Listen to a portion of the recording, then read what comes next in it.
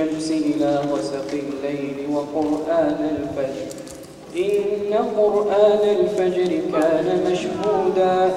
ومن الليل فتهجد به نافلة لك عسى أن يبعثك ربك مقاما محمودا وقل رب أدخلني مدخل صدق وأخرجني مخرج صدق واجعل لي من لدنك سلطانا نصيرا وقل جاء الحق وزهق الباطل إن الباطل كان زهوقا وننزل من القرآن ما هو شفاء ورحمة للمؤمنين ولا يزيد الظالمين إلا خسارا وإذا أنعمنا على الإنسان أعرض ونأى بجانبه وإذا مسه الشر كان يئوسا قل كل يعمل على شاكلته فربكم أعلم بمن هو أهدى سبيلا صدق الله العظيم. جزاك الله خير الأخ عبد الله ما شاء الله. haddana in sha allah tacaala waxaan siinaynaa xoogaa daqiiqada ah imaamka masjid abubakr asidiiq shariif maxamed kusoo dhawaad. بسم الله الحمد لله رب العالمين والصلاة والسلام على نبينا محمد وعلى آل نبينا محمد وصحبه وسلم. سبحانك لا علم لنا إلا ما علمتنا إنك أنت العليم الحكيم. أما بعد إلها ما تسكله وفرصة للسيمانتا ومركي كوال وعيقين أما معتمر ومسجد أبو بكر سعودياني وحان إيه بكبرينا إلهي كبرينا سبحانه عز وجل سنة كستو سيري يكفي عننا سمين إن شاء الله تعالى. برنامجك سنو سعوناي ولكن احنا تبينا من الشيء 2 o'clock إن بلاونا أهل هل ساعة بلاو دعني 3 o'clock بلاونا إن شاء الله تعالى. لكن اسم وقت قاسنا إلهي بكي سواك قاسيننا أنتي أو مهمة. هدي أنك هذا مسجد أبو بكر. مسجد أبو بكر تاريخ غير وليهي إلا 8 سنة وجرى مزاجك. مزاجك كانوا حصمر مرحلة بدن وقدم بيستي إلهي وحنو سهلي ما شهد أن إجابة وجرنا إن شاء الله تعالى. ما شهد أن جوجنا لحسنا دقنا هاي لعقت هو يرات أو بشي كبحد الله بكون يوحل الجروال بشي. الحمد لله مزاجتك وحلو قبتا شنت وقت صلاة دا لو دكتار صلاة الجمعة لو دكتار خطبة الله خطبة لقديجي تاسو معناها هذا أي تهي ماشي عن كفرنين إسلامها وجعلنا كسو قيب قلال صلاة خطبوينك أمير له هينين وكفلن ساس درتيدا وحن سميني لبا خطبة أو تلقلني الحمد لله ساس أي تهي ولي نبقى كجرو دينع مدرسة القبناء oo ugu yaraan gabdho iyo wiil haddii la isku daro 150 ku dhawaad ay soo xaadiraan waa ilaahay mahadiisa. madrasadaas waxaa ka qalin jibiyey ugu yaraan ilaa 6 ilaa 7 ilaa 8 oo macallimiinta dugsiga maanta dhigo ay ahaayeen dadkii koowaad masaajidka oo ku alif axmala loogu bilaabay intaa lagu dhalay intaa lagu soo barbaariyey. alxamdulilah qur-aankii waa dhammeeyeen haddana ilaahay mahadiisa waaye masaajidka waxa u yihiin imaam salaaday dushiyaan khudbadaha ay dadka ay akhriyaan intaasi inka badanna waa soo socdaan gabdhahana sidoo kale waay alxamdulilah dadaal badanaa la geliyey macallimiinta markii ugu yaraato 8 iyo 9 gabdha iyo wiilal ragga iyo islaamaha markii la isku daro way ka badan yihiin kulligooda waxay ku shaqeeyaan fi sabilillah volunteer ilaahay ma hadiis waay dadaalkaas badan ayaa waxaa lagu gaaray alxamdulilah in oo madrasadii iyo masaajidkii أو ناخذ جماعة كفلا أو حتى كبدا ذكي أو صلاة أو إيمانا أو جمعات جمعوين تيا وحي قصد كل لبخض بينا كريم الحمد لله إلهي ما هدي سؤال مركي إنت أسنسك صدره وكذلك أسبدا للسوبي وحيتاهي ليش أسل الجوب إيجار بلا إيجار نقول رنت معنى هنا وحواي إيجار وحكا وضع أونر كماشي إسكالي ما أها مسلم نين أو مسيحي أواي إله نوفذ ذي الحمد لله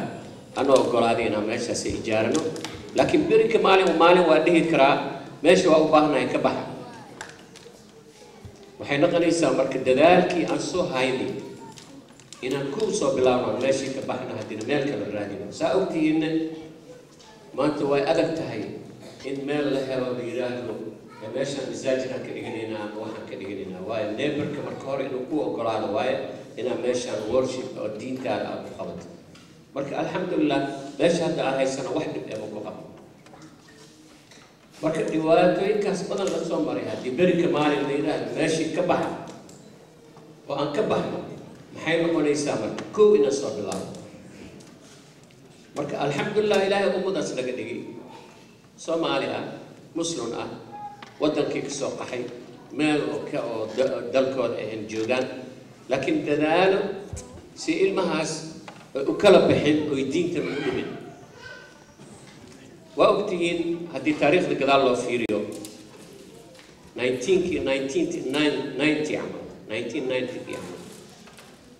wadankan qoran aan joogno waxaa laga yaabaa inayba jirin hal qof oo xijaaba ilaahay subxaanahu casa wajalla wuxuu ka siiyey inay yimaadaan dad xijaab qaadanayo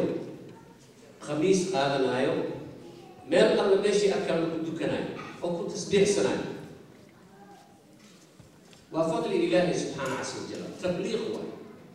waxaa fidinoo haystaa diinta islaamka waxaa gaarsinoo haystaa dadkaan wax soo gaaray berida xuja ay u tahay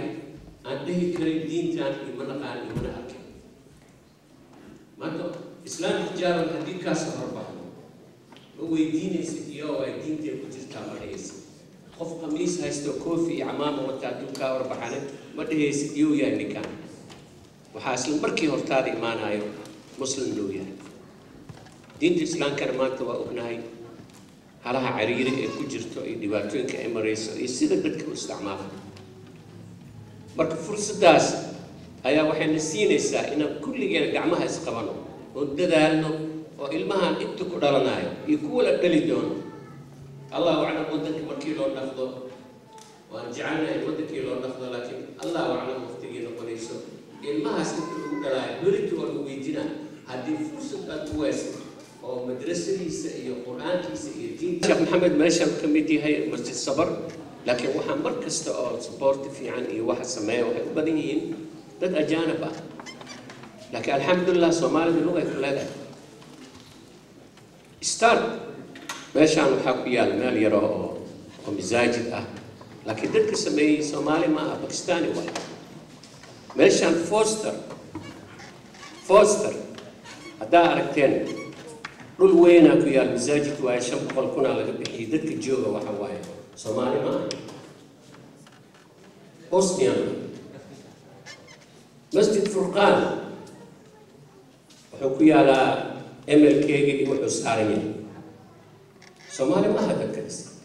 inkastoo walaalahayna yihiin kulligood walaalahayna yihiin laakiin soomaali ma maxaa lagu dhacay markale waa badannahay haddii afrikaan camal loo fiiriyo dadka ugu badan oo boorna degan soomaaliya maxaan ku mashquulnay adduunyada ku mashquulnay ilmaheena yaa u maqan iskool madrasooyinkaas aad geeyeen madrasooyin oo waxaa jiraan oo oo carabta iyo dadkaas ay fureen oo diinta islaamka iyo waxa lagu barto islaamic madrasa la dhaho lacagaan dhiibaynaa 300 400 cunugeen meesha oo la ordayna annaga tabar ma u hayno meel inaan furano oo macallimiinteena isku soo aruurino oon masjid iyo waxa suubino waqtigaas ma hayno laakiin waqti waxaan haynaa guri fiican inaan degno section 8 ka aan ka qaadano alaab aan dhigano oo fiican dah fiican inaan dhigano waxaas oo hayna ilmihii yaa u maqan marka ilmaheena yaa u maqan mustaqbalkooda yaa ka fikiraya so waxaan geenaynaa madrasooyinkaas islaamic madrasada ahaan geenaa sida haddaba walaalkeena wajdi meel madrasa oo weynaa furan oo islaamic madrasa ah masaajid xataa wuu ku daroohayaa markuu 5 milyan ha ku baxoohaya programkaasi anakana waxaan la'nahay 900 ama 800 ama 1 milyan haddii la yiraahdo waxaa la sameynaa waa diyaaran unahan leenahay laakiin markii dhabta la gaaro gadaala u noqonayna waa la isweydiinaa cunugaada haddaad diinta aad ku ogaan weysi oo madrasadiisa ogaa weysi gabadh iyo biil maalinta qiyaamo ilaahay subxaana casa wajalla wuu weydiina ilmaha aan arkaysiin kulligeena mas-uulka ah marka insha allahu tacaala anaga dadaal noocaasaan wadnaa waxaan jecelnahay waalidiinta idinkaan dhii soo jeedinayna haddii meeshaas ka baxana la dhaho ma ka baxeynaa mise dadaal zaa'idaan sameynaynaa su-aashaas agtiinay jirtaa jazaakum allahu khayran wasalaamu calaykum waa mahadsantii sheekh maxamed ka sheekeyna xoogaa warbixin kooban sida loo aasaas masjid abubakar iyo dhibaatooyinka hadda ayna haysto marka hadda waxaan gelaynaa insha allah caruurta dhigata iskuulka madrasada sabti axad waxyaalaha aan barno waxyaalaha ilaa hadda ay horumar ku gaareen oo xagga qur-aan akhriskii iyo warbixin kooban marka waxaan ku bilaabaynaa anwar maxamed oo asaga noo koobi doono madrasada waxay qabato masjid abubakar madrasada anwar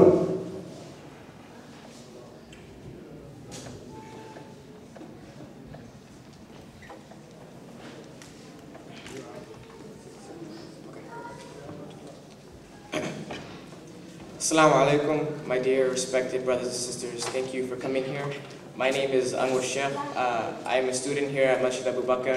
I've been a part of this masjid for 4 years now. This masjid has been open to the public for almost 7 years. It's located in a nice neighborhood and it's convenient for people to commute to. We hold the madrasa here on the weekends. The madrasa is held from 9 until Salat Dhuhr. Here at the madrasa we have limited staff and supplies such as books and computers. We hope to one day have a fully functioning after-school program for the kids to study and learn more about their deen. During the holy month of Ramadan, we hold Salatul Tarawih. In this month, many people attend the masjid regularly, and that means that we have to squeeze all the men together as close as possible, and we barely fit. However, the women's side is a different story. The women's room is so overfilled that the rest who can't fit have to pray outside. There are many people that attend the Jumu'ah prayers that we have to hold 2 khutbahs just to fit everybody in. These are just some of the problems that we have to face here at this masjid. I would like to share a hadith with you. Abu Hurairah reported Allah's Messenger sallallahu alaihi wasallam as saying, when a man dies, all his deeds come to an end, except for these 3.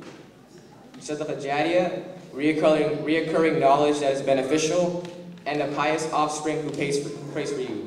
So the Prophet ﷺ talks about these 3 deeds that continue after you die and until the day of judgment. A pious offspring who prays for you, teaching knowledge to someone that is beneficial, and Sadaqah Jariyah. When you teach someone something beneficial about Islam, like the Quran or Hadith, you will receive a hasanat for each time this person uses this. And if they teach another person, you will receive hasanat for each time this other person uses it. And so on and so on. The Prophet ﷺ also talks about Sadaqah Jariyah in this hadith. Sadaqah Jariyah are the ceaseless or lasting deeds. Examples of these are donating or helping to build a masjid, helping an orphan, and building a well for others to drink out of. So what we need is help. I'm asking my brothers and sisters in Islam to come together and help this masjid in need. We want a chance to have a big masjid, where the girls don't have to worry about praying outside anymore, where we can pray Tarawih and everyone has a place to stand and doesn't have to worry about space, where we can hold one khutbah that fits everyone, have a masjid where we can have an after-school program for the kids to do their homework and get more into their deen. But in order for this dream of mine to happen, we need you to take action and remember the rewards of sadaqah. If you help build a masjid, Allah will build you a house in Jannah. So let's make this happen so that next year we can meet up in a masjid instead of a school. Jazakumullah khairan.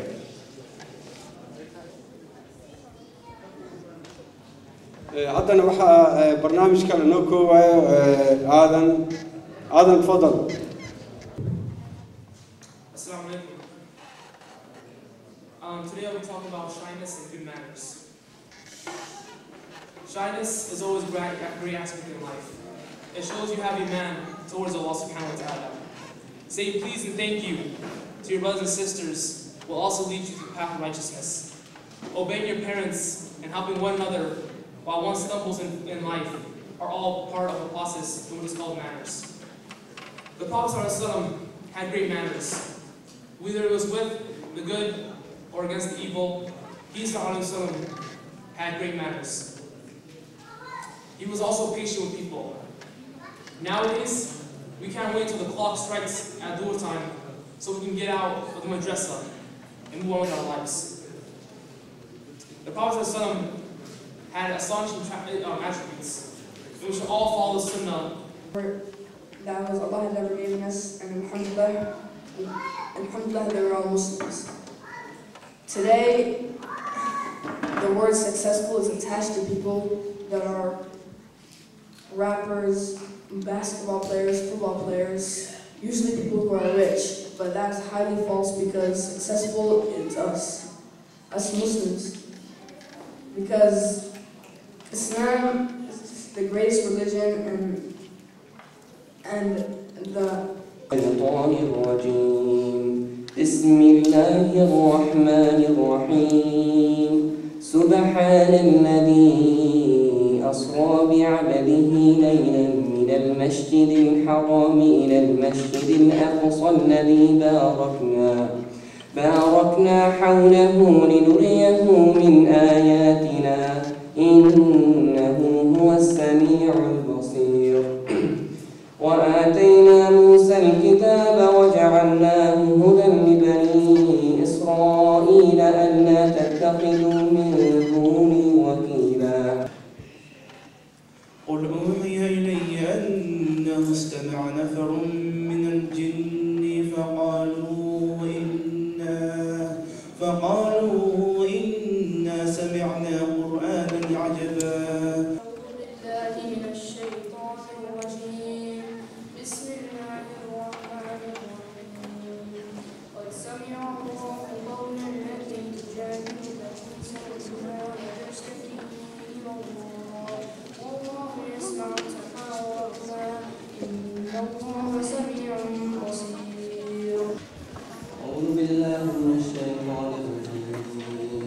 بسم الله الرحمن الرحيم قاف والقرآن المجيد بل عجبوا أن جاءهم منذر منهم فقال الكافرون هذا شيء عجيب. السلام عليكم. My name is Helen Farah. I am a student from Masjid Abu Bakr. Inshallah, I'm going to أعوذ بالله من الشيطان الرجيم. بسم الله الرحمن الرحيم. ألف لام ميم. أحسب الناس أن يتركوا أن يقولوا آمنا وهم لا يفتنون ولقد فتنا الذين من قبلهم فليعلمن الله الذين صدقوا وليعلمن الكاذبين. أم حسب الذين يعلمون السيئات أن يسبقونا ساء ما يحكمون.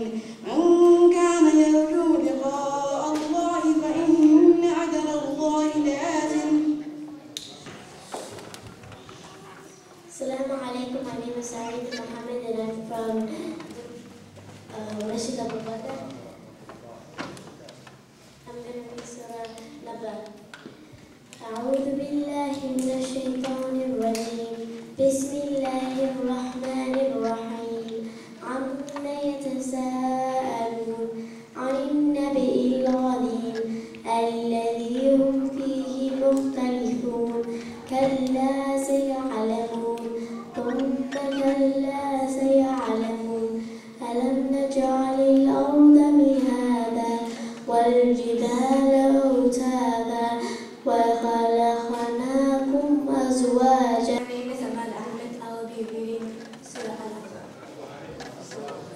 أعوذ بالله من الشيطان الرجيم. بسم الله الرحمن الرحيم. اقرأ باسم ربك الذي خلق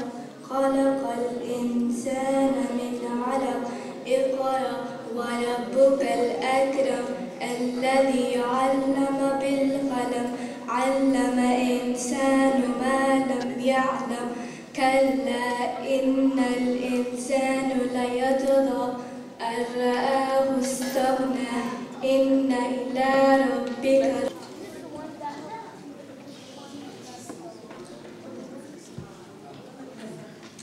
Assalamu alaikum. My name is Zahra Abu Bakr.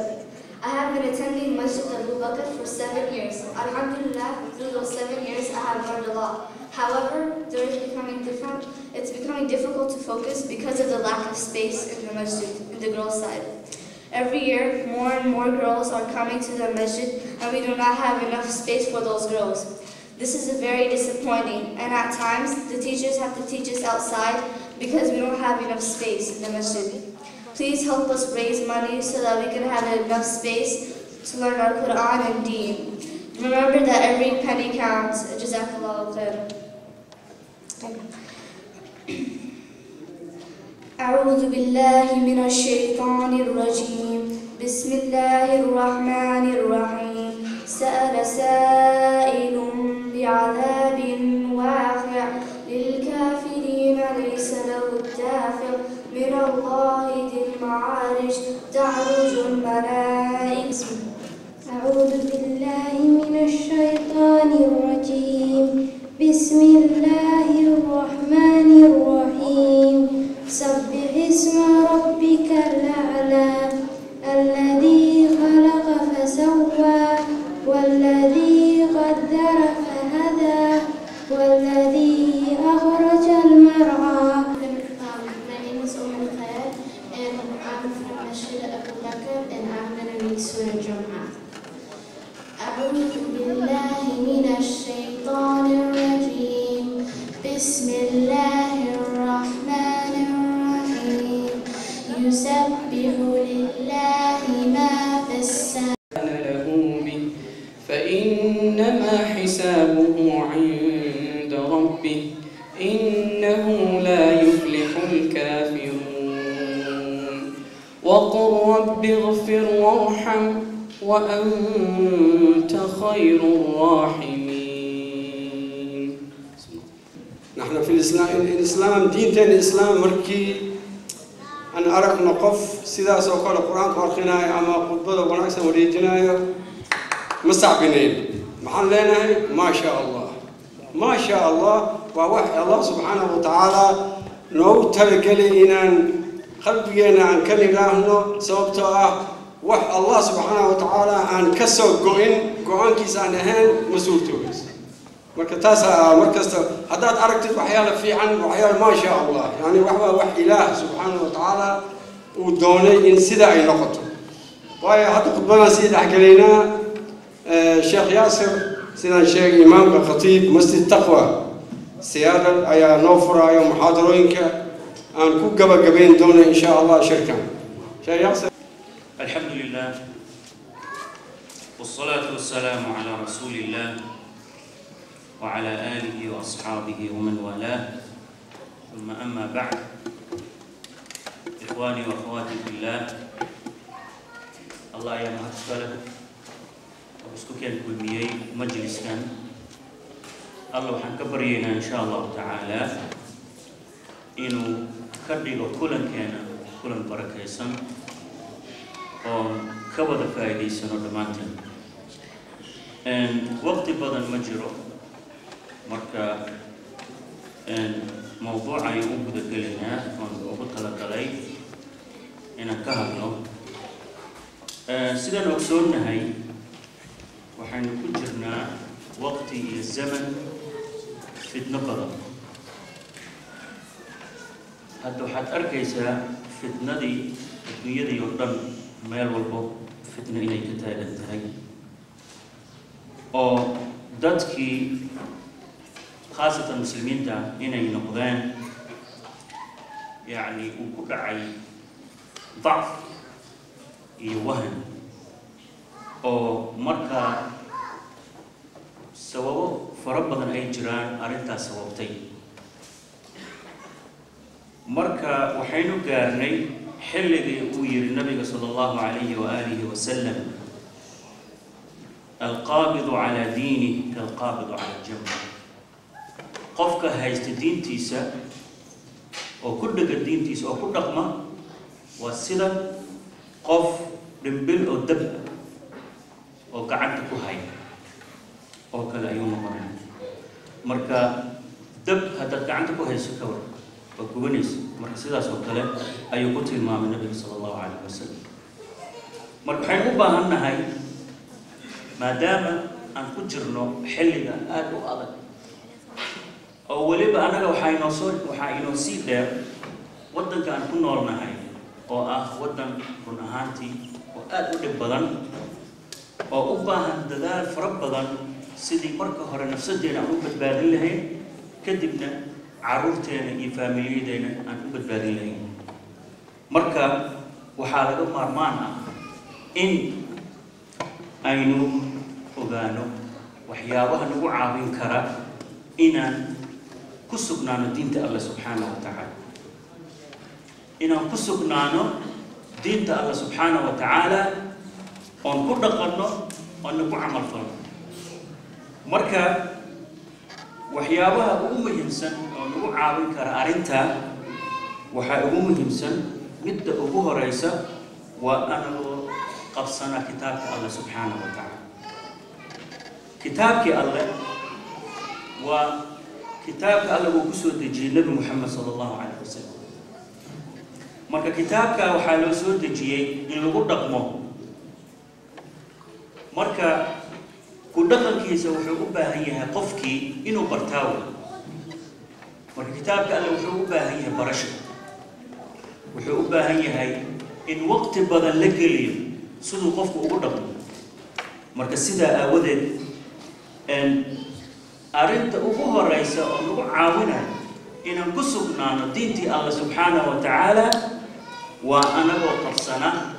kitaabka Allah subhanahu wa ta'ala marka sidaan hore u sheegay sidaan u qabsanayna waxay tahay waa inaan baranaa marka hore anaga naf ahaantii waa inaan baranaa kadib carruurteena inaan barnaa kadibna inaan ku dhaqannaa oo ogaanaa macnaha quraanka iyo tafsiirkiisa dad fara badan ayaa jira hadda oo maxaan ku yiraahdaa quraankii ma yaqaan sida loo aqriyo muslimiin fara badan dad fara badan ayaa jira oo quraankii macnihiisa aan aqoon way aqrin karaan laakiin macnihiisa ma yaqaan marka sidaa aawadeed waxaynu u baahannahay quraankii inaan baranaa oo ku dhaqannaa oo inuu noqdaa minhaaj xayaa wadadii uu noo ifin lahaa inuu noqdo marka sidaa aawadeed arintaa waxa weeye waa arin aad u muhiim arinta kale oo naga caawinaya inaan ku sugnaano diinta Allah subhanahu wa ta'ala nafsadeeni waa inaan ku xaqbaarnaa inaan ku dhaqannaa diinta Allah subhanahu wa ta'ala sharciga ilaahay inaan ku dhaqannaa oo marka sharciga ilaahay waxaa markaan leenahay waxaa soo galaya marka kitaabka quraanka ka soo haray soo galaya sunnadii nabiga uu soo galaya wax walba ku saabsan shariicada islaamka in lagu dhaqmo ayaa soo galaya marka taana waxa weeye waxay ka mid tahay waxyaabaha lagu caawinaya in aynu ku dhaqanno ama ku sugnaano diinta Allah subhanahu wa ta'ala ilaahay subhanahu wa ta'ala kitaabkiisa quraanka wuxuu yiri يثبت الله الذين آمنوا بالقول الثابت في الحياة الدنيا وفي الآخرة ويضل الله الظالمين ويفعل الله ما يشاء الله وحو كسغيا كورمي الله سبحانه وتعالى بالقول الثابت هذا الكسغن أي الله سبحانه وتعالى كسغيا الدنيا هي آخرة مرك علماء وحي كفسرين مفسرين aakhira waxaa loola jeeda yidhahda waa qabriga oo kelimada alla uu ku sugaayo maxay tahay waa kelimatu tawxiid waa diinta islaamka wey alla subxaanahu wa tacaala ayuu ku sugaya marka taa goormee la helayaa waxaa la helayaa qofkii hadduu ku dhaqmo shareecada alla subxaanahu wa tacaala allana subxaanahu wa tacaala wuxuu u fududaynayaa inuu diinta alla subxaanahu wa tacaala ku dhaqmo taana waxay ka caawinaysaa inuu noqdo qofkii diintiisa inuu haysto waxyaabaha kaa caawinaya ayay tahay meel alla meeshaad ku nooshahay waddan muslim ahaado ama muslimsan ahayn waxay ka caawinaysaa arrintaa inaad diintii alla subxaanahu wa tacaala aad haysato oo aadan ka tanaasulin marnaba diintaadina aadan ka jeysan marka waxyaabaha kaa caawinaya waxaa ka mid ah camal saalixa inaad la timaado acmaasha oo wanaagsan oo qofkii u dhaweynaysa alla subxaanahu wa tacaala waa muhiim marka xadiida ayaa nabiga sala allahu calayhi wasalam ayaa wuxuu yidhi 12 ragcadood oo salaad qofkii ku dadaala waa 12 ragcadood oo salaadaha fardiga ay raacsan yihiin salaadaha fardiga ay raacsan yihiin 4 ragcadood salaada duhur ka hor 2 ragcadood kadib 2 ragcadood salaada maqrib kadib 2 ragcadood salaada cishaha kadib iyo 2 ragcadood salaada fajr kadib inta maxay isku noqonayaan marka 12 ragcadood 12 ragcadood qofkii ku dadaala nabiga sallallahu alayhi wasallam wuxuu yiri ilaahay wuxuu ugu dhisaa jannada guri ilaahay subxaanahu wa tacaala ugu dhisaa marka taa waxay ka mid tahay waxyaabaha ka caawinaya inaad ku dadaasho acmaal saalix taana waxay ka caawinaysaa inaad ku dadaasho salaadii oo ah rukniga ugu weyn arkaanta islaamka marka laga yimaado leeni khudbadiisa waxyaalaha ay ku saabsanaayeen waxay ahaayeen diinta sidii ilmaha iyo dhalinyarada islaamaha iyo qof kastaba inaan diinta mataqaanaa ku dadaalo aan ku dadaalno muxuma intee ugu dadaalayna waay barnaamijka ugu weyn alxamdulilah maanta meeshaan isugu nimid waxa waaye ساهداك وشاقي هدنا وكوع. الحمد لله رب العالمين والعاقبة للمتقين ولا عدوان إلا على الظالمين وأشهد أن لا إله إلا الله ولي الصالحين وأشهد أن محمدا عبده ورسوله أما بعد السلام عليكم ورحمة الله وبركاته. أيها الأحبة إن شاء الله وحنق هذا موضوع كومن أما محاضرة كسابسا القبر بيت الغربة قبره وقري عضاء ولا شك أنه قفل قبره وسويه رسولكم صلوات الله وسلامه عليه ذاتك وحو به جري بدية إن الحصوصتان جيريدة حصوص تيرو قفك وحي كقويسا جعيلك الدنيا وحين وجد سائل الروح وعمل فلا آخره هذا ذاتك كوكرسون الدنيا وحا هبون كل جيل بين خصوصنا جريدة إن خصوصنا هي سكراتك حنونك وليه iyodadka oo dhan inay wada sugayaan kaasiga inay cabaan ama inay wada mari doono nin la yiraahdo Wahab ibn Munabbah baa wuxuu yiri inna lillahi munadiyan yunadi kulla yawm aw kulla layla waxa jira wax dhawaaqaya oo xagga Allah subhanahu wa ta'ala dadka way yeeraya wuxuu leeyahay dadkii 40 jirka ahaay oo qofka 40 gaara waqtiga aad gaadhay waa waqtigii la urursan lahaa camal wanaagsan oo aakhira lala tago qofka 50 jirka ee 50 ga gaaray waa waqtigii xisaabta aakhira loo diyaar garoobi lahaa qofka daadiisu 60 ay gaadhay maxaad u diyaarsatay aakhare inaad la tagto qofka daadiisu 70 ay gaartay maxaad adiguna u diyaarsatay aakhare la tageeda abu darda saxaabigaasa wuxuu odhan jiray alaa rajulun yacmalu limithli masraci haada war ma jiraa qof u shaqaysanaya maanta meesha aan joogo oo kale waa markuu qofku geeriyoonayo هارون الرشيد ayaa isagana markuu geeriyoonayay buu qabrigayga igeeya meesha lagu soo aasi doono markii la geeyay buu qabriga fiiriyay oo himba qabatay wuxuu yiri marka yaa man laa yazuulu mulku irham man qad zaala mulku allah ayna marnaba boqortooyadiisu dhamaanayninoo u naxariiso qofka boqortooyadiisu ay dhamaanayso binu aadamka al-imam al-muzani ba sheekh imam shafi'i isaguna u tagay isagoo imam shafi'i sakaratul maut ku hayo wuxuu ku yiri bal xaaladaada ka waran ya aba abdullah wuxuu yiri kayfa asbahta wuxuu yiri asbahtu min ad-dunya rahilan wa li ikhwani mufariqan وبكأس المنية شاربا وعلى الله تعالى واردا ولا أدري نفسي تصير إلى الجنة فوهنيها أم إلى النار فوعزيها وحيري قرن مايو وحان وابريستاني وأدوية كسي تغيا أني وصاحبتي كدقاقيا أني وقريدي عبيا anigoo ilaahay u sii socda xaqiisa garan maayo naftaydu ma janna ayaan geli doonaa oo waa loo tahaniyeynayaa mise naar bay geli doontaa oo waa loo tacsiyeeyaa garan maayo haddaba waxaa la rabaa ikhwaani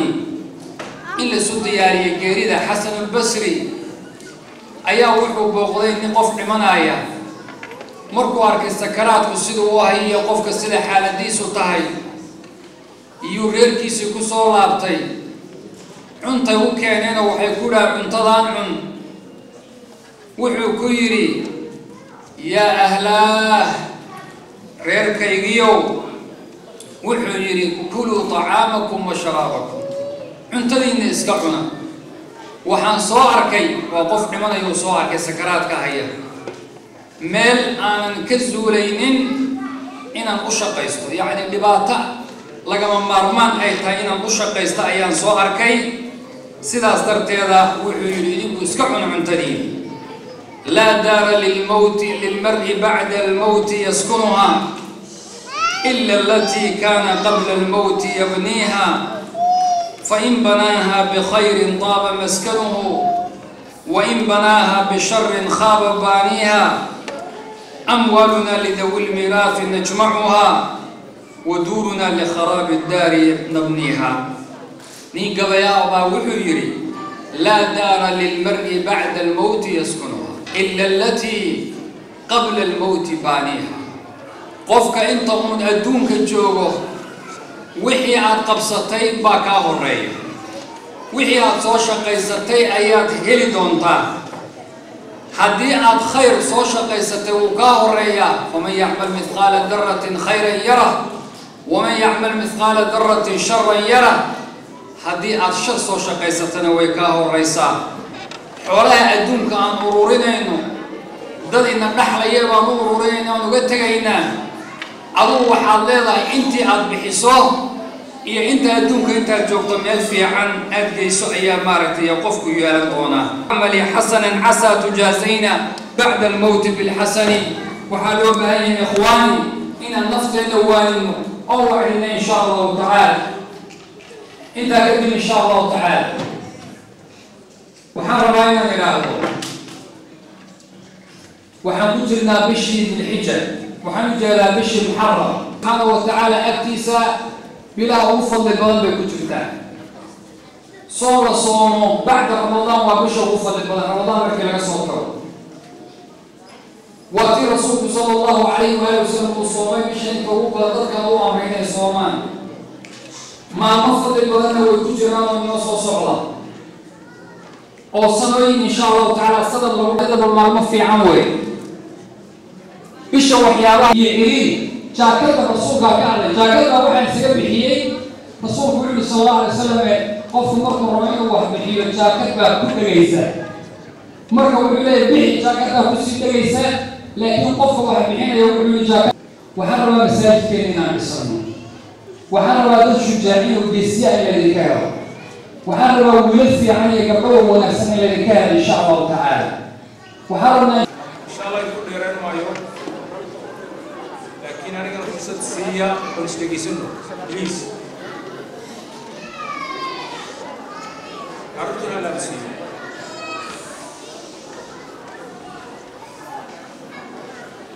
إن الحمد لله نحمده ونستعينه ونستغفره ونعوذ بالله من شرور أنفسنا ومن سيئات أعمالنا من يهده الله فلا مضل له ومن يضلل فلا هادي له وأشهد أن لا إله إلا الله وحده لا شريك له وأشهد أن محمدًا عبده ورسوله صلى الله عليه وسلم يا أيها الذين آمنوا اتقوا الله حق تقاته ولا تموتن إلا وأنتم مسلمون يا أيها الذين آمنوا اتقوا الله وقولوا قولا سديدا يصلح لكم أعمالكم ويغفر لكم ذنوبكم ومن يطع الله ورسوله فقد فاز فوزا عظيما أما بعد فإن أصدق الحديث كتاب الله وخير الهدي هدي محمد صلى الله عليه وسلم وشر الأمور محدثاتها وكل محدثة بدعة وكل بدعة ضلالة وكل ضلالة في النار أما بعد وحن جعلها هنا إذ لو ذاقوا ونقهضوا عاوة موضوع سيدي سبا إسكاغندير وأن وقت قابن سيدا لوصو أوروريا أي أبدت هاي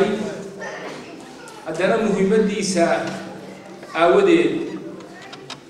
أيان دونيا إنا ندلو دابو موضوعني وحكومة عالمية هاي شيعة iyo maalinta Ashura culimadii iga horeysay ayaa carabka ku dhufatay Ashura oo dad garanaysan inay tahay 10ka bisha Muharram waa bisha sanadka hijriga ah ugu horeysa ahamiyadda ay maalintaas ay leedahay ay ku leedahay dhinaca diinta islaamka sida waafaqsan sunnaha nabiga sallallahu alayhi wasallam taasi waa dhinac weeyaan laakiin maalintaasi Ashura waxa afduubay kooxda ahlu bid'a ah nacab saxaabadii nabiga sallallahu alayhi wasallam aaya aflagaadeeya waxuna ka sheegay saxaabada rasuulka sallallahu alayhi wasallam bal ayna intaas ku koobsaneen ay gaareen halkii xumaanta ugu dambeysay ee ugu liidatay oo ah inay aflagaadeeyaan zawjaadkii nabiga sallallahu alayhi wasallam iyo hooyooyinkii muslimiinta kooxdaasi ahlu bid'a ee ka leexday dariiqii kitaabkii sunnuhu waa nimanka isku magacaabo shiicada laakiin magacooda dhabtii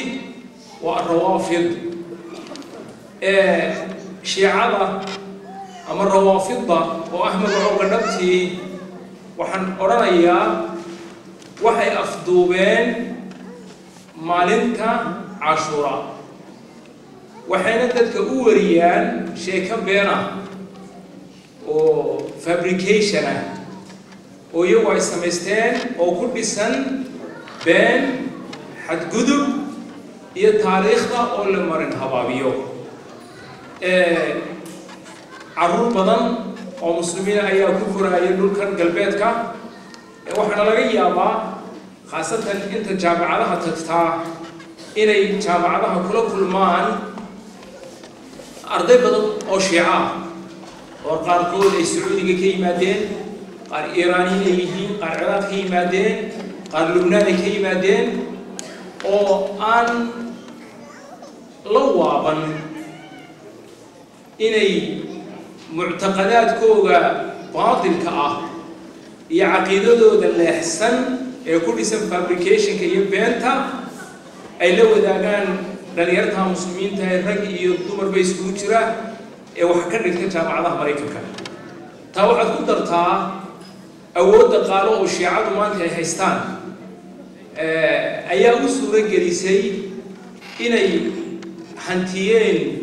tiifiyo caalami ah oo baahiya in beentaa laga sheegayo taariikhda iyo maran habaabinta lagu sameynayo dhacdooyinkii soo maray ummadda islaamka haddaba in shiicada la dabagalaa waa muhim oo waxaa muhima in la qaawiyo runtooda iyo waxay yihiin iyo inay cadow u yihiin saxaabadii nebiga sala allahu calayh wasalam ee ilaahay jalla wacala uu raaliga ka noqday inay cadow u yihiin dumarkii nebiga sala allahu calayh wasalam waxaanad ila waafiqaysaa ood ila waafiqi doontaa in dad caayaya oo wax ka sheegaya zawjaadkii nebiga sala allahu calayh wasalam inay yihiin dad qiimo daran dad liita ixtiraam iyo maamuusna aan ka mutaysan ummadda islaamka haddaba caashuuri waa maxay maalintan tobnaad taariikhdu waxay noo sheegaysaa in nebigu sala allahu calayh wasalam markuu ka hijrooday maka ee u hijrooday madiina ayaa nebigu sala allahu calayhi wasalam wuxuu arkay qabaa'ishii yuhuudda ee ku noolay madiina oo soomaysa maalintaasi waa maalinta tobnaad ee bisha muxaram nebigu sala allahu calay wasalam markaa wuu weydiiyey waxay yidhaahdeen maalintani waa maalin weyn waa maalin saalixa oo naja allahu muusa wa qowmah waa maalintii ilaahay subxaana wa tacaala uu badbaadiyey nabadgeliyey nebi muuse iyo qoomkiisii wa ahlaka fircawn wa ahlah fircawn iyo ahlkiisiina waxaan jeedaa wa ahlaka fircawn wa qowmah fircawn iyo qoomkiisiina ilaahay waa halaagay maalintaa fa naxnu nasuumu shukran lilah mahadcelin iyo shukri aanu shukri naqayna ilaahay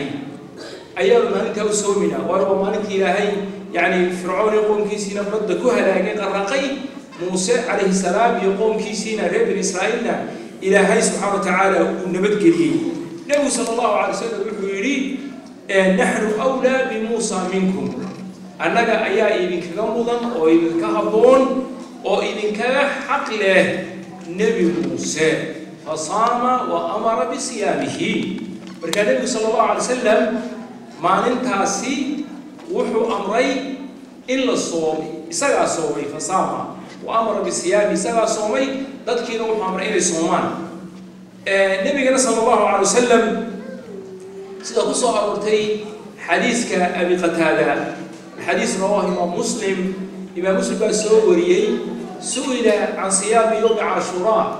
sala allahu calayh wasalam waxaa la weydiiyey soomka maalinta cashuuraa markaa nebigu sala allahu calayh wasalam wuxuu ku jawaabo uu yidhi yukafiru asana almaadiya dunuubtii saqaarifta ahayd ee yareereed ee sanadkii hore uu qofku ku dhacay ayaa haddii uu qofku soomo maalinta cashuura ee tobanka bisha muxaram ilaahay subxaana wa tacaala taasi ayuu ku dhaafayaa gudageli maayo imanka waqtiga ayaa igu yar see loo soomaa maalmee la soomaa taasi waa masale kale laakiin yani ahamiyadda iyo significance-ka ay maalintaasi ay ku leedahay dhinaca diinta ilaahay waa taasi weeyaan haddaba shiicadu iyagu waxay u arkaan si kale u arkaan waxay u dabaaldegaan oo celebration ay u sameeyaan dilkii alxusein ibnu cali radi allahu tacaala canhu la dilay lagu dilay karbule lagu dilay magaaladaasi oo ku taalla dalka ciraaq oo TV-yada inaad ka aragteen baa laga yaabaa internetka inaad ka aragteen iyagoo soo baxaya oo seefa isla dhacaya dhiig iska daadinaya oo barooranaya oo ooyaya oo xitaa yacni muuqaalka ay muujinayaan ay sawir xun uu ka siinayo diinta islaamka haddii ay ka gaadho carruur yaryar inta dibadda loo soo saaro iyagana la yidhaha seefa isla dhaca oo dhiig ay iska daadiyaan maxay waxa u samaynayaan waxay leeyihin waxaan xusuusanaynaa dilkii الحسين بن علي رضي الله تعالى عنه طيب هذا حسين وأيوب الحسين بن علي نبي أيا أووها وحنري إناديركي نبي إناديركي علي بن أبي طالب أيا أبوها هو يدين وحهين إن أنت رسولك صلى الله عليه وسلم فاطمة رضي الله تعالى عنها بركا وحويا نبي أيا إن أوها إسقي ولكن الحسن لابد أن نقول يا أجعها صلى الله عليه وسلم بل النبي وحي نوشي صلى الله عليه وسلم إن الحسن والحسين أيهين سيدة شباب أهل الجنة سيدة لنيرت الجنة أيا ليلي وحا النبي صلى الله عليه وسلم حسن وحسين بقى لابد أن نروح على حسن بقى فضل بغل ينعب علمها ويحوي النبي صلى الله عليه وسلم الحسن وحو شيء وحو مقعاوي وكشري فضل ديرارة ويقول إن ابني هذا سيد إن كيغل هو سيد إلى هنا وحو إصلاحين دون على وقع وحو المسلمين أو إسحيستا أو إسخلاف سطوانتي دعوي يعني مركي أبيهين انتي أبمن الدليل علي رضي الله تعالى عنه خلافة استجي معاوية رضي الله تعالى عنه مجمعين اسمه قبتين وكي الحسن خلافة يمدحني مسلمين تا وقد تنازلي معاوية رضي الله عنه تانا وحا حلقة كل بودي النبي صلى الله عليه وسلم وحي والحسن كالشيء إنه سيدي هاي إلهينا وكو إصلاح دونه بين فئتين عظيمتين من المسلمين لكن لابد وفضل بدل إلى هايين حتى بقى سنة كي تقريبا نحن كي هجرية لأي هاي يزيد بن معاوية أيا خليفة المسلمين تقول نقرين أمير النقرين الحسين بن علي رضي الله تعالى عنه وكسه الجيتسلي وبفعلك أي إن أي مسلمين تكون شمال لمن بدل أو صحابة أو خلافة يوم مدحنيمنا مسلمين تا كم تيستي يزيد بن معاوية وندي لي إنه بيعه وسيو إن يزيد إنه لم يبايعه ومدحنيمه يا خليفة يا أمير نمو وأقره حسين ودي رضي الله عنه وأنا مجتهد بوها وكل اجتهادي رأي يوصل لي واي حتى بقى رأي كوفة عراق تالي أيا واحد مغلين إن الحسين لم يبايعون يزيد يوم يزيد بكسور جيدين مركا واحد وصل درين ورقة فرا بدن بوصل درين وصيدا ابن كثير يعلم بدن مؤرخين المسلمين تماما يعني إلى هذين واحد جالس إلا شن بقول أو ورقات بحي يقول هاي الحسين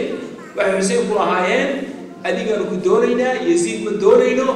إنه كاي حسين رضي الله تعالى عنه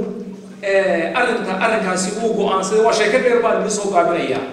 إنتنا في عربي وحكوا أخذنا وحويا البداية والنهاية أيها دي بقولوا كتان هي تاريخ الطبري أنت ما مرخين المسلمين تو قصة يوفا فاسن أي قرين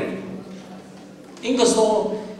قصة سيد الشيعة الوافد أي أوريسو أي بين بدن كتشتو واي حسين رضي الله عنه وحكوا أنصري إنه بحر ودينا عاي عراق وتوا لكن مركو تجي دد بدنو آل بيت ككميدا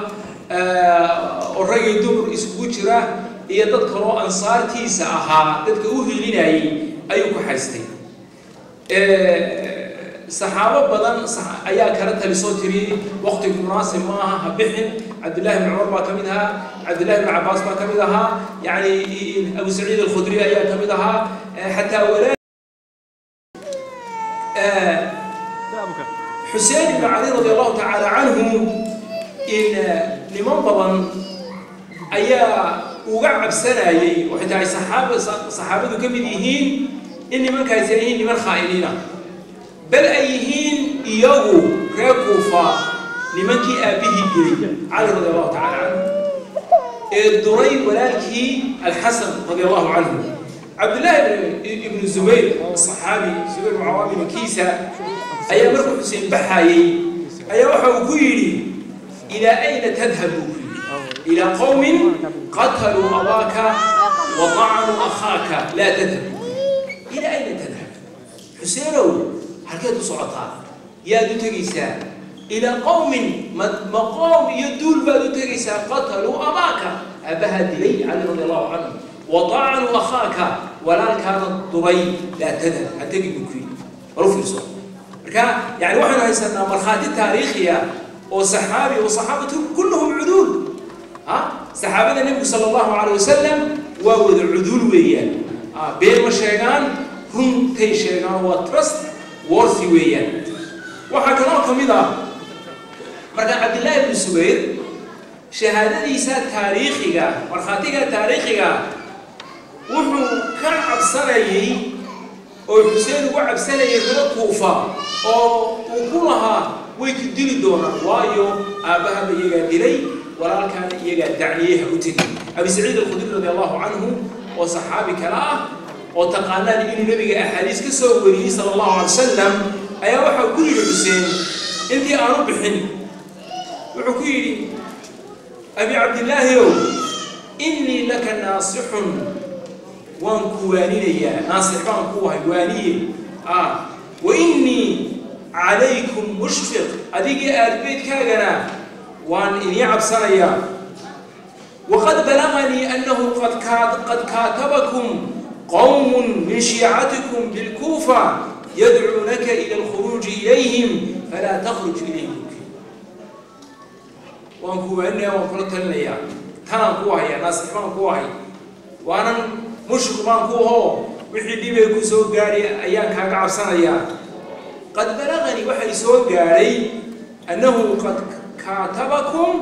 قوم من شيعتكم إني ورقة كوسو دينان وانا كوشو شب قول أول قدود بقالي أي كوفا كوسو الحسين نو كالي أنا يسمع برتان أنا عيدا كاغر نقولنا يزيد الوضع على إياها ويري من قوم من شيعتكم قوم شيعتنا كبيرة يعني من شيعة أبيك علي رضي الله عنه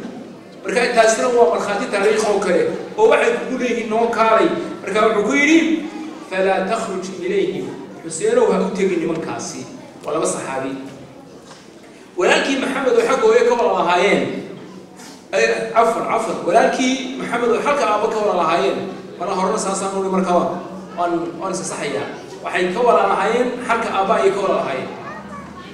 أيا وحقيري مركو بحايي أيري حسين وقرنا الساعة وحا أي من كان يكوفا أي كسميين أبها سيدي أبها ودينين إيه سيدي ورالك الحسن أي قدرين من من كان سأدو تريسا إني أخشى أن يكون حالك مثل حال من مضى سيدي أبها إيه ورالك حال كاو إنه سيدي حال كوغا وكدن بيو وحيانا كل عوكرة إن هذا كانوا كل عام الركوفة أي كدمان أي كدعنيان أي كدلان وفعلا ما قتلوه أو كدليا مرخاتيا شو حكمنا إخواني أيضا وحكمنا إن ولاشي أم كلثوم حسين ولاشي ومالك هالجوتي ولا الكيد الدلي أيا واحد لها ليسا ركوفا نمكي ولا الكيد الدلي أيا لها ليسا وأم كلثوم بالتعالي واحد كتير سوءة لكم يا أهل الكوفة ركوفوا دبحباتهم حمام بايني سناتي كيف قتلتم الحسين وخذلتموه سيبات حسين وديشين ودهو جيسين وديشين وانت كقبحني بلامي فرع بطنا ادو قاتين القشين قتلتم خير الرجالات بعد النبي صلى الله عليه وسلم ونزعت الرحمة من قلوبكم واحد دشين رد هو سنة بعد النبي صلى الله عليه وسلم وحسين كريم أن كان يدرين واحد ركلوا آل البيت أي حسين لدين ما ننتهى ونزعت الرحمة من قلوبكم نحرستين قلوبتنا هي القسيبي زين العابدين ما يسمى الخاطئة زين العابدين وحويان ما ننتهى وحسين كيسويا وتقانا وعلي ابن الحسين ابن علي بن أبي طالب وحكومة قاعد يرى زين العابدين أي حكومة قاعد يرى وحانين لو مرخاتك عي علمي عبادة زهدي إيو عاوتان ودتك عاويو مساكينتا إيو دمرك أرامشة يا أغونتا أيو وحتر بدنا إلا ليلي مالنتي ودنتي هبيكي يدلو هردو أيو انتو يعني تنقيو يجويدو أما السليدة أما إن دقيقة أيو دبرك بقادي تري ساوح هردي تري قريها الدمركا يعني مساكين تاهي لقدم تي عروض أقوامها قريوه أيو هردي تري دادكو يسكا قريب تري صدقة السر أيه ما ننتي بركو دنتي الأسايي أي waxaan jeedaa la meedayay meedkiisii ayaa waxa lagu arkay tiyo dhabarkiisa ay ku yaalaan xarqiiqiyo fara badan oo xarkihii jawaanada ku qaadi jiray ay kaga tageen wuxuu yiri isoo ka hadlaya waatay quraysh lahayd ulaha farasda qabalaha إذا رأته قريش قال قائلها إلى مكارم هذا ينتهي الكرم يغسى دونيسي زين العابدين أيها ديرسيا مركا ريبكو فايسنا ما ننت أسيسه وكبد بالي هو يرايو وحنوسناي مركا نينك كريا أما إنك كريا حسين وكبد بالي أيها إنما الحسين رن ولا لا يوالو ما ننت سيد العابدين بكبد بالي طيب مركا ريبكو فايو بروروني أيو أركي وحكيني تبكون من أجلنا أنا قاعد أويسان فمن الذي قتلنا غيركم يا كلامي دليلكم من الدليل ذلك يجيني كلاي أباهي يبين كدليل رجي أربيت كيني كابو ما ذوق رعي كربلا كدليل حد ويسان بين على البات تمري حسين مركو الحجاز تصوب حيي العراق وصو السعودية أيام حلق المي فرزدق الشاعر ليش شاعر معروفوها رميزي مركا حسين بقى ويديو كويري كيف تركت أهل العراق أهل العراق محاد كتب الحال هو محي ورفي الصوت وحو فرزدق وقلت جواب الحسين رضي الله تعالى عنه وحكيري قلوبهم معك وسيوفهم مع بني أمية قلبي قال أذي كانت جرى الحسين ووحي كان دعوني الآل بيت كانوا قرب تاقني لكن سيفهم بني أمية أي لصعبان وهذا ضدته ويقدروا يدوران إخواني يعني وحاصل وحي نوسو كوبيان إن شيعان أيهين لمنك حسين كريم رضي الله تعالى عنه ما أنت يقعوا برورنا أيو أدون كواري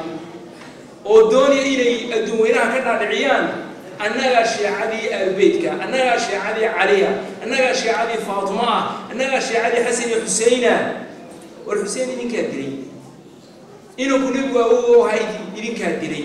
فاطمة رضي الله عنها إذن كيجي إذن كادري علي بن أبي طالب إذن كيسي إذن كادري الحسن ولالكي إذن كادري بيتك دا يأتوا يدا نينك اللي قلتهمو أما يا أوران يا نقطه من إنك الليلة وودي لبنا بالليلة يجا سيرت كل فتى الحسين وحويا وشم ابن الجوشن الخبيث من كاسي وروفي يصو شيعة كتبته ومركا أي تاريخ تكشف كان يصو شم ابن الجوشن وليلوا إنك حسين سيرت كل فتى إدي لي وحلا ما إنك السفين كان في جيش علي علي جيش كيسي بكتير بمعنى واشي علي عدويا مركا حتى نينك اللي يري سجا إن قعدتي سكدي لي وحويان وذاك يسا إنه يهني إنه كم يهني مكي شيئا أي شيعة علي إن شمر بالله أما نكرو سنان ابن أنس النخعي ويسجح حتى أبيه لو أبتريو إنه مجرسا إن هاني مكاسي أيا للويدين عموما قصته هذا صو كوبا إخواني وأخواتي وحنوتي ما ميسا إن شيعة يهين ذلكي يقول الحسين بن علي رضي الله تعالى عنه دلي 8 دقيقة يسديها على وقت جيد وأنا كوكو بسنة إن شاء الله لكن واحد اللي وياي 2 quotations لما نص وانكسر نقلايو نمن كتابة وشيعة ما أهل السنة معها وين نقول روح علينا مرتضى مطهر وحكي كتاب وقرأوا لنا الملحمة الحسينية هذا الكيس في عربية أخرية صومالية وترجمية وحي ولا ريب في أن الكوفة من شيعة علي شيء كمجر الكوفة الشيعة على هايين وأن الذين قتلوا الإمام الحسين هم من شيعته لمن كإمام الحسين دي لنا شيعة دي سيئة كم هاي وعقلاء يري فنحن سبق أن أثبتنا أن هذه القصة مهمة من هذه الناحية خرائي الوصول شيئني إن قصتني مكان دين على غفيريو ديلك حسين إني مهم تهمني وقلنا أيضا وحن كروني بأن مقتل الحسين على يد المسلمين بل على يد الشيعة بعد مضي 50 عاما فقط من وفاة النبي صلى الله عليه وسلم ديلك حسين وحكون دعي قعنت المسلمين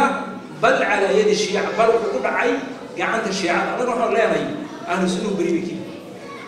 أهل السنة والجماعة ليس لهم يد لا من قريب ولا من بعيد دين عنا كما الصوت قالوا هدار أهل السنة هي ديلك يا الحسين رضي الله تعالى عنه لكن وحن قدري على يد الشيعة وعلى يد الروافض يا حسين بن علي رضي الله تعالى عنه لقدري كاذب الإحسائي أي يسمون كتاب كيس عاشوراء كتاب ليه أي حوي الإسلام إن الجيش الذي خرج لحرب الإمام الحسين عيدا كي أبحي إلى الحسين الإمام الحسين الدقالمان كلهم من أهل كوفة لما أنتم غير كوفة هاي ليس فيهم شاميون ولا حجازيون ولا هنديون ولا باكستاني ولا سوداني ولا مصري ولا إفريقي غير كوفة هاي لكن الحسين أبحي إلى دلال عيدا كي الحسين دليل ولا غير كوفة هاي نين شامي هم فلسطيني سوري لبناني كمجرين حجازي كمجرين هندي كمجرين باكستاني كمجرين سوداني كمجرين مصري كمجرين أفريقيا كمجرين بل كلهم من أهل الكوفة وقد تجمعوا من قبائل شتى في الكوفة هاين وحين يسقصوا ورسلين قبائل فربضان أي يسقصوا ورسلين فلك إخواني وأخواتي وحن كسوك الجميني هذا الكيغا إن أنا قصة سأني مرنبة عليكم مريم لنا هاي وحوي الحسين واحد إلي شيعة أيا دي الشيء قاري ويا لي وشك بقولوا ورقدوا صوت لي أيا دي وحا حسين والودي عبد الله بن الزبير بودي سعيد الخدري أيا ودي ولكن أي حكى أبوك والله هاين أيا ودي مالك مانتا فرصدق أيا أشاعي وكيري قلوبهم معك وسيوفهم مع بني أمية ولا شيء أم كلثوم وجوجا هاي أيا كمر خاتيو شيكتي وحا جوجا هاي إنكيسي أما ويل كيسي زين العابدين وشاعي والرخيم ساسة يسوافقين كا أيانا تكون دقمين وحا وين إما الشيعة أي دور يسوي تعاطف يثبت أي كجهلان ذلك أهل السنة يا مسلمين تعصبه هم مسلمين وإن يوقفوا ورتان سيد الحسين لو دلي يسيد ديجوجي يديجي سيدي أهل بيت لو داري لكن يقعد دلي تاريخ وانسفي عن وآخره وجزاكم الله خير والسلام عليكم ورحمة الله وبركاته. أنا برنامج كانت فنرزق مرتي أنا حافظة أنا محيط عن مقالة داني بورلان خصوصا مسجد أبو بكر أنا ما أنت الحمد لله سيف عنا بنقول ما ذي إلهي خير هسيو دت كان معرف بوران دقن أنا خصوصا حيدها أنا نورد إيست ساوث إيست نورد لأن حسنا لقي ماضي سوماليدا إلهي وحن رجينا إن شاء الله سيد هذا أيش قاعد يسوى ذا سيك في عن إن شاء الله إنه مرت وذا جركا سيتي مر والبو إنه مرت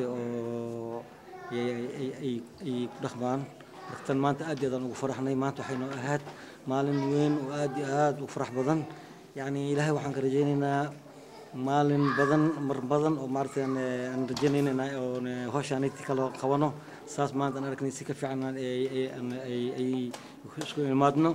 مركز جزاكم الله خير أدي هذا مع سنتين والسلام عليكم ورحمة الله وبركاته. الله سنت الشيخ بفضل محمد كور برنامج كان ما أنت السلام عليكم ورحمة الله وبركاته كل يوم السلامي سومالي في سنة